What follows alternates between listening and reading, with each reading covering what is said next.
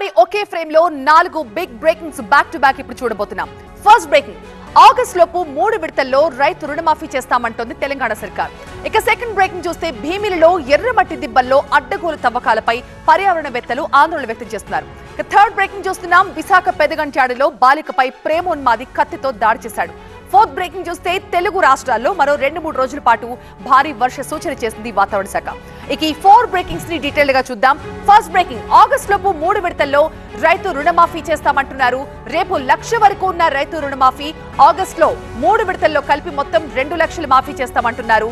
7 నెలల్లోనే సంక్షేమానికి 30,000 కోట్లు ఖర్చు చేస్తామంటోంది కాంగ్రెస్ సర్కార్. టీపీసీసీ సమావేశంలో ఈ వివరాలు వెల్లడించారు సీఎం రేవంత్ రెడ్డి.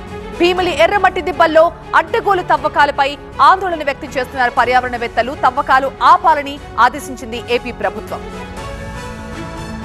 ఇక విశాఖ పెదగంట్యాడలో ప్రేమోన్మాది ఘాతుకమిది బాలికపై కత్తితో దాడి చేశాడు. అడ్డుకోబోయిన తల్లికి కూడా గాయాలయ్యాయి.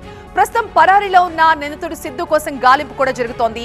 గతంలో ఈ బాలికను వేధిస్తూ ఉండడంతో తల్లిదండ్రులు తనపై కంప్లైంట్ చేశారు. ఈ మేరకు అతను జైలు కూడా వెళ్లొచ్చాడు. బయటకు వచ్చిన తర్వాత ఈ ఘాతుకానికి పాల్పడ్డాడు. ఇక ఫోర్త్ బ్రేకింగ్, మధ్యప్రదేశ్ మీదుగా అల్పపీడనం కొనసాగుతోంది. రేపు ఎల్లుండి కోస్తాంధ్రలో పలుచోట్ల భారీ వర్షాలు పడబోతున్నాయి. లోతట్టు ప్రాంత ప్రజలంతా అలర్ట్ గా ఉండాలని, వర్షాలతో పాటు పిడుగులు పడే అవకాశం కూడా ఉందని వాతావరణ శాఖ హెచ్చరిస్తోంది.